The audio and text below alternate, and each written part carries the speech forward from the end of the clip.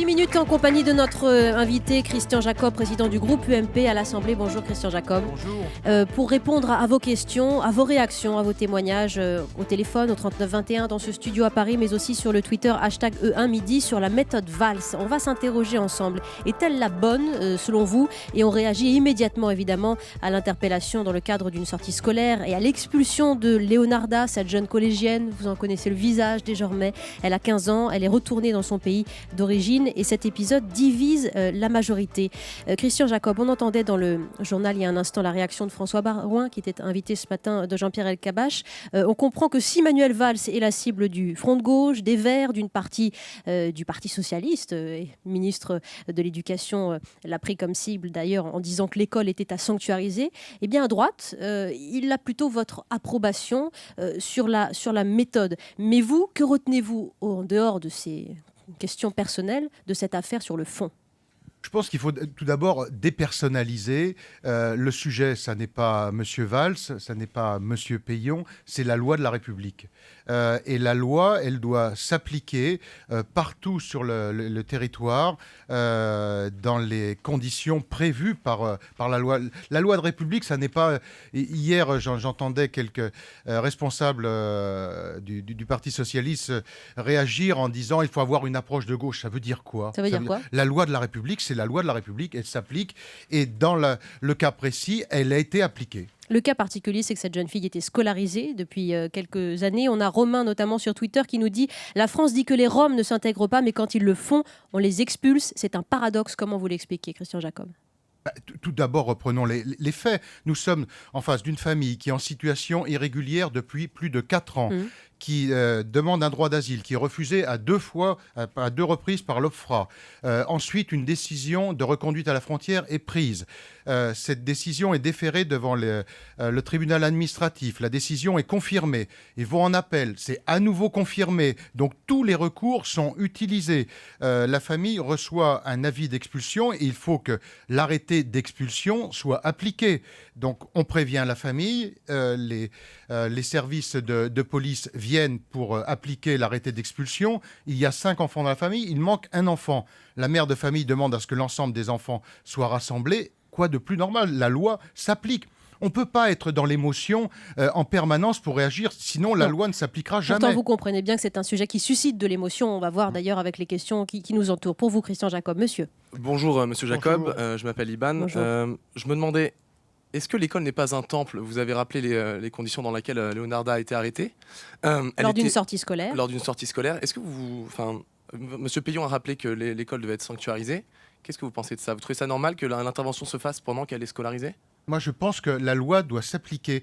Ensuite, il n'y a pas... est-ce qu'au nom de quoi l'école serait plus un temple que la famille, qu'un lieu de culte? Parce que sous les yeux des enfants, c'est ce que disent les instituts durs. Oui, mais... Vous savez, on ne peut pas être dans le registre, encore une fois, de l'émotion. La loi, elle a été prévue pour être équilibrée, s'appliquer sur l'ensemble du territoire. Cette famille était informée de l'arrêté d'expulsion, elle le savait pertinemment. Donc si on ne rassemble pas les 5 enfants ce jour-là, le lendemain, il y a un autre enfant qui manquera et qui sera peut-être ailleurs aussi. Donc il faut qu'à un moment, la loi s'applique. La force de la loi, ce que disait François Barouin et ce que dit, même s'il est de gauche, il le revendique, Manuel Valls aujourd'hui. Monsieur, pour Christian Jacob. Bonjour Moussa. Bonjour. Cette fille, elle apprend le français à l'école. C'est très bien pour la francophonie. Et pourquoi se plaint-on? Oui, je vois pas le lien. Le lien, il est non, clair. Mais vous comprenez qu'il y a un paradoxe dans l'opinion publique. Mais le paradoxe, il est que nous sommes en face d'une famille qui est en situation irrégulière, qui à 2 reprises son droit d'asile est refusé par l'OFPRA. Ça n'est pas pour rien s'il est refusé. Qu'il y a un arrêté d'expulsion qui est pris, que l'arrêté est déféré devant le tribunal administratif, qui est déféré devant la cour d'appel. Oui, on comprend. Pour vous, la loi, c'est la loi. Il n'y a pas d'autre argumentaire possible. Mais bien entendu, il est confirmé, mais sinon, il n'y a plus de République. Non, mais on parle sinon, ça n'est pas la peine de voter des lois. Chez certains socialistes, du discernement du préfet. Mais ça veut dire quoi, le discernement? Ça veut dire qu'on n'a pas... Il faut avoir l'honnêteté, le courage, lorsqu'on est des élus de la République, on respecte la République. Sinon, on conteste les lois, on conteste la République, mais on fait autre chose. On parle de la méthode Valls et de l'affaire Leonarda. Et c'est Jacques qui nous appelle de Besançon, qui nous rejoint au standard d'Europe 1 3921. Bonjour à vous, Jacques. Bonjour. Bonjour, monsieur Christian Jacob.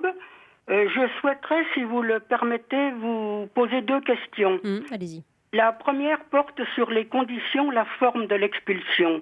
Vous venez de parler, avec juste raison, du respect de la loi. Mais ne pensez-vous pas que le respect de la loi ne doit pas interdire l'humanisme, le droit à la dignité pour tous, le refus d'humilier la personne? Avez-vous pensé à l'humiliation de cette jeune fille de 15 ans devant ses camarades? Une jeune fille scolarisée, Merci, Jacques. en français, Oui. intégrée et en France depuis 4 ans et 10 mois. C'est la L'humanisme. première question. Juste encore, si je peux, Allez-y. 30 secondes. Vous avez parlé d'émotion, Monsieur Jacob. Mais ne pensez-vous pas que l'émotion, certains parlent même de la dictature de l'émotion, ne pensez-vous pas que l'émotion est préférable à la dictature de l'indifférence ou pire encore à la dictature de la peur de l'autre? Je souhaite que cette affaire change le regard que l'on porte sur ces personnes. Merci. Merci beaucoup pour ces questions et ce témoignage aussi. On sent que vous parlez avec le cœur, Jacques. Christian Jacob, sur ces deux questionnements. Tout d'abord, la dictature, on ne parle pas de dictature, on parle de la loi de la République qui a été votée à l'Assemblée nationale, au Sénat, et qui doit être appliquée. On parle C'est de la ça. dictature de l'émotion, Jacques, Oui, c'est mais, précis. La dictature de l'émotion ne doit pas nous guider. Il faut conserver la tête froide et donc rester sur le principe de la loi. Ensuite, sur le lieu, moi j'entends bien ce que l'on peut dire sur l'école, mais cette famille était parfaitement informée qu'elle avait un arrêté d'expulsion et elle savait pertinemment qu'ils allaient être expulsés. Donc à ce moment-là, la famille devait aussi rester groupée. Parce que est-ce que c'est plus choquant que ce soit à l'école? Est-ce que c'est plus choquant que ce soit dans un grand magasin? Est-ce que c'est plus choquant que ce soit au milieu de la rue? Est-ce que c'est plus choquant que ce soit au milieu d'amis? Il y a toujours un moment sensible sur les expulsions, mais la seule chose, c'est de conserver la tête froide. Nous sommes avec Christian Jacob encore pendant quelques minutes, président du groupe UMP à l'Assemblée, et vous défendez pour le coup la politique et la méthode de Manuel Valls. Non, je ne défends absolument pas M. Valls, parce que M. Valls est beaucoup dans la communication et peu dans l'action. Je défends le principe de la loi, Très bien. qui est totalement différent. Très bien, question pour Christian Jacob. Monsieur dans le studio d'Europe 1. Bonjour M. Jacob, je m'appelle Ludovic. Alors ce n'est pas mon cas, mais dans ce cas de figure, vous vous félicitez de l'application de la loi. C'est une famille qui était sur un siège éjectable depuis 4 ans. Pourquoi la loi n'a pas été appliquée il y a 4 ans alors parce que depuis 4 ans, ils ont fait 2 demandes d'asile. Donc ces demandes d'asile doivent être traitées.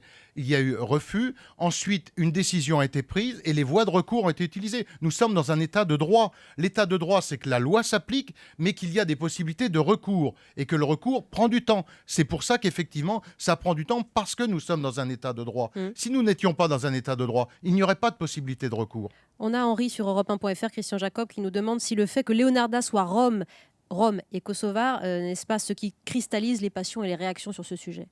Non, je pense que l'émotion est une émotion naturelle en face d'une jeune fille de 15 ans. Mais au-delà de ça, encore une fois, restons sereins. Sinon, on ne peut pas, vous savez, on ne peut pas appliquer la loi différemment sur le territoire ou en fonction de la nature des personnes. Elle doit s'appliquer de la même façon. On dépassionne. Et pour le coup, la communication de Manuel Valls est bien gérée sur ce sujet?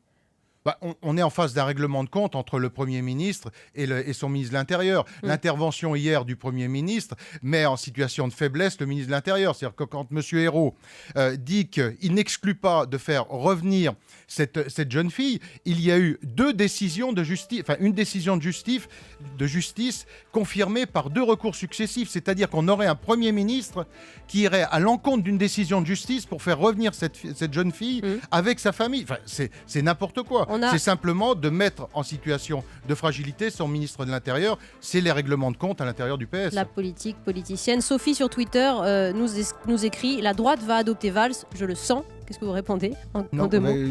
Je pense que j'ai déjà répondu très clairement. Moi, je n'ai aucune sympathie particulière pour M. Valls. Je demande simplement que la loi de la République soit acceptée. Et je pense d'ailleurs que M. Valls est beaucoup plus dans la communication que dans l'action réelle. Merci beaucoup Christian Jacob d'avoir répondu et échangé sur cette question, l'affaire Leonarda.